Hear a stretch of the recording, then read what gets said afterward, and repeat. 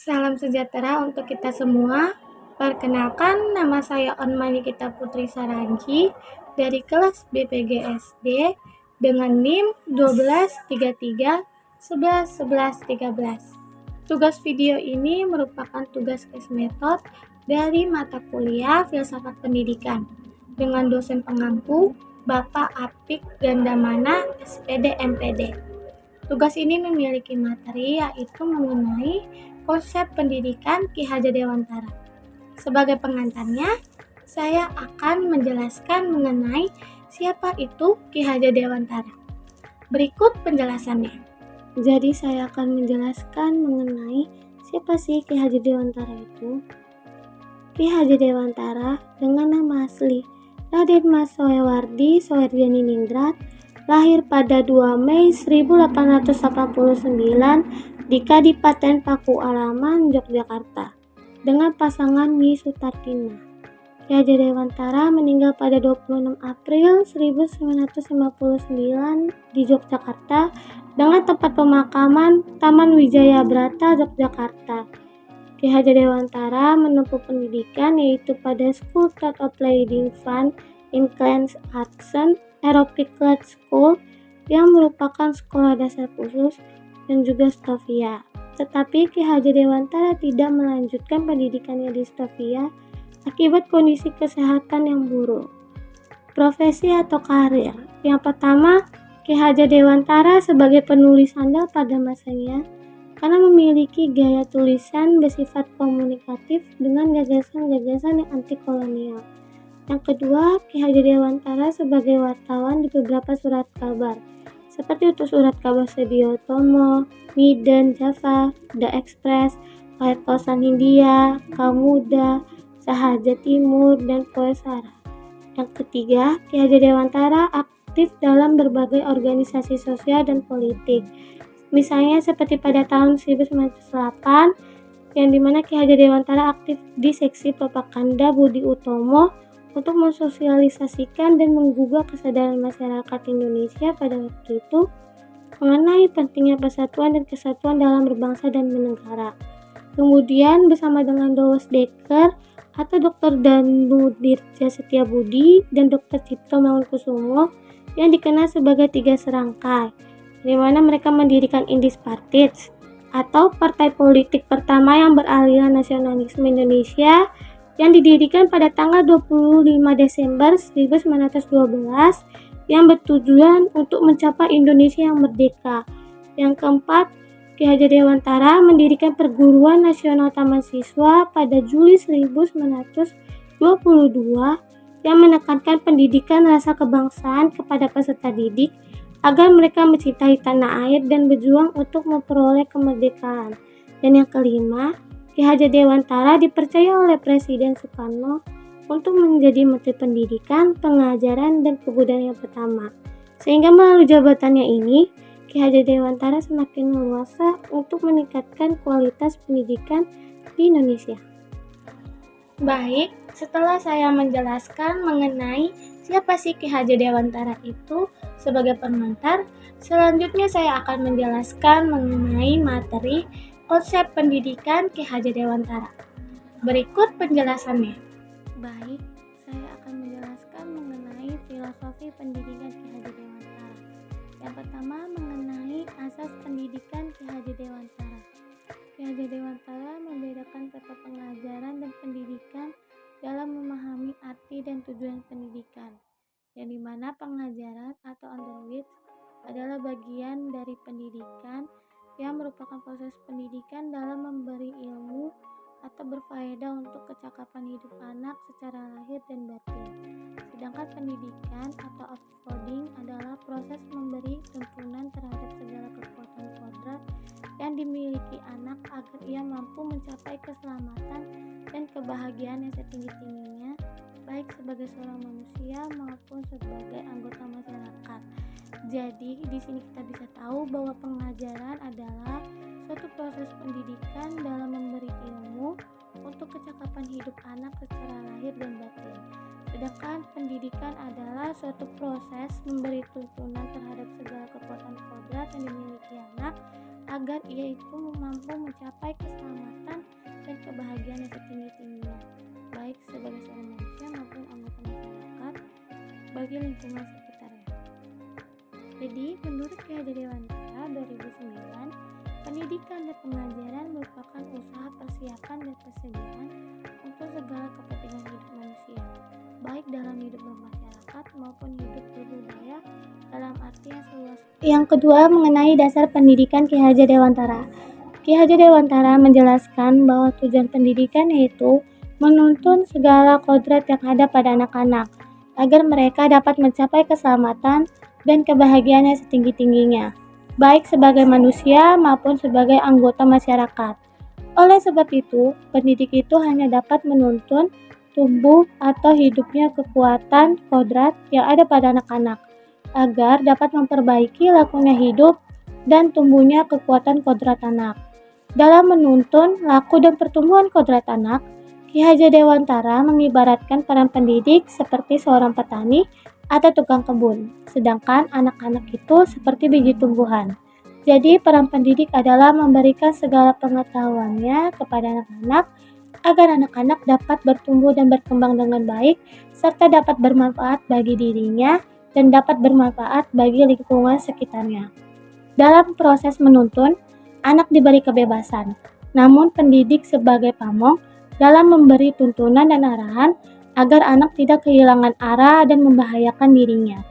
Seorang pamong dapat memberikan tuntunan agar anak dapat menemukan kemerdekaannya dalam belajar.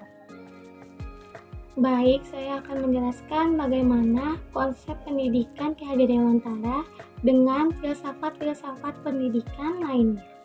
Berikut penjelasannya. Saya akan menjelaskan mengenai konsep pendidikan Ki Hajar Dewantara dengan filsafat-filsafat pendidikan. 1. Konsep pendidikan Ki Hajar Dewantara dengan filsafat pendidikan esensialisme.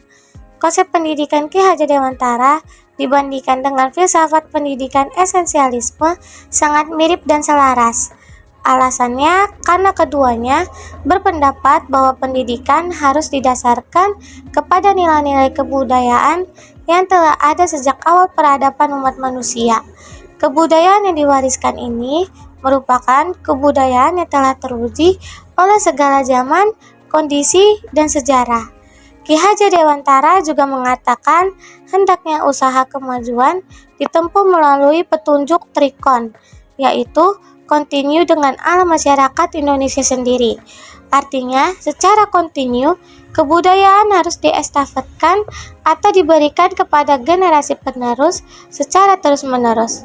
Kemudian, konvergen dengan budaya luar.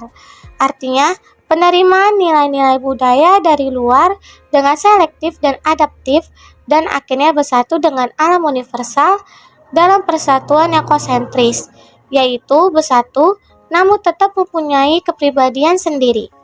Konsep pendidikan Ki Hajar Dewantara dengan esensialisme terdapat perbedaan, yaitu terletak pada nilai-nilai budaya yang digunakan. Ki Hajar Dewantara dalam pendidikan adalah nilai budaya sekitar abad ke-18 dan 19, sedangkan filsafat pendidikan esensialisme didasarkan pada zaman Renaissance yang muncul sekitar abad ke-15 dan 16. 2. Konsep pendidikan Ki Hajar Dewantara dengan filsafat pendidikan progresivisme. Konsep Ki Hajar Dewantara pada sistem Among mengatakan bahwa sistem Among yang berjiwa kekeluargaan memiliki dua dasar, yaitu yang pertama, kodrat alam sebagai syarat kemajuan dengan secepat-cepatnya dan sebaik-baiknya, dan yang kedua, kemerdekaan sebagai syarat menghidupkan dan menggerakkan kekuatan lahir dan batin anak, agar dapat memiliki pribadi yang kuat dan dapat berpikir serta bertindak merdeka. Sistem Among ini melarang adanya hukuman dan paksaan kepada anak didik. Alasannya, karena akan mematikan jiwa merdekanya dan akan mematikan kreativitasnya. Konsep pendidikan Ki Hajar Dewantara ini memiliki persamaan dengan filsafat progresivisme, karena sama-sama menyelaraskan terhadap kebebasan berpikir anak guna mengembangkan bakat, kreativitas, dan kemampuan yang ada di dalam dirinya, agar tidak terhambat oleh orang lain. Antara konsep pendidikan Ki Hajar Dewantara dengan progresivisme terdapat perbedaan. Jika dalam progresivisme, ilmu pengetahuan yang mampu menumbuhkan kemajuan adalah ilmu hayat, antropologi, psikologi, dan ilmu alam. Sedangkan dalam konsep pendidikan Ki Hajar Dewantara, di samping ilmu yang umum, kesenian merupakan bagian yang penting dalam kurikulum pendidikan. 3. Konsep pendidikan Ki Hajar Dewantara dengan filsafat pendidikan idealisme. Konsep pendidikan Ki Hajar Dewantara dapat dimasukkan ke dalam filsafat aliran idealisme. Aliran idealisme ini menyatakan jiwa sebagai kedudukan yang utama. Manusia mestinya berlaku jujur, adil, ikhlas, pemaaf, kasih sayang pada sesama, karena itu merupakan nilai kebaikan yang universal dan berkaitan dengan jiwa. Konsep pendidikan budi pekerti yang dikembangkan oleh Ki Hajar Dewantara pada dasarnya mengacu kepada nilai kebaikan yang bersifat universal yang berkaitan dengan jiwa dari dalam diri. Dengan hal ini, pendidikan Ki Hajar Dewantara selaras dengan filsafat idealisme. 4. Konsep pendidikan Ki Hajar Dewantara dengan filsafat pendidikan pragmatisme. Bila dipandang dari aliran pragmatisme, maka pandangan Ki Hajar Dewantara tentang pengetahuan hanya sebagian yang memiliki kesesuaian, karena aliran pragmatisme lebih menekankan pada yang bersifat empirik. Menurut pragmatisme, proses mengetahui adalah fakta yang ditangkap oleh pengalaman, yaitu panca indera.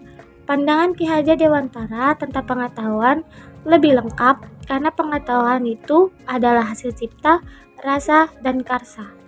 Baik, selanjutnya saya akan menjelaskan mengenai apakah konsep pendidikan Ki Hajar Dewantara masih relevan untuk diterapkan di sistem pendidikan Indonesia. Berikut penjelasannya. Saya akan menjelaskan apakah masih relevan pendidikan Ki Hajar Dewantara diterapkan di sistem pendidikan Indonesia. Titik pusat pemikiran Ki Hajar Dewantara mengenai pendidikan yang memerdekakan itu bernilai sosial. Kesejahteraan, keharmonisan, kebahagiaan merupakan kata kunci yang diungkapkan oleh Ki Hajar Dewantara sebagai buah-buah dari pendidikan. Bagi Ki Hajar Dewantara, pendidikan diupayakan untuk mencapai kesejahteraan atau kebahagiaan masyarakat, bukan untuk menciptakan suatu ajang pertarungan antara orang pandai dengan orang pandai atau orang pandai dengan orang yang tidak mengenyam pendidikan. Akibatnya, kehidupan masyarakat tidak terjamin keharmonisan, kebahagiaan, dan kesejahteraan. Dengan demikian, pemikirannya memiliki kontribusi mendasar dan relevan mengenai pendidikan, yang mana berdampak bagi kita untuk mengkritik serta merefleksikan pendidikan yang ada pada zaman ini. Pemikiran Ki Hajar Dewantara ini dapat menjadi pisau bagi kita untuk lebih jeli melihat realitas pendidikan yang terjadi di abad ini. Sekian tugas video case method saya dengan mata kuliah filsafat pendidikan. Saya mengetahui banyak kekurangan, namun saya berharap video ini bisa bermanfaat bagi kita semua. Sekian, terima kasih dan salam sejahtera bagi kita semua.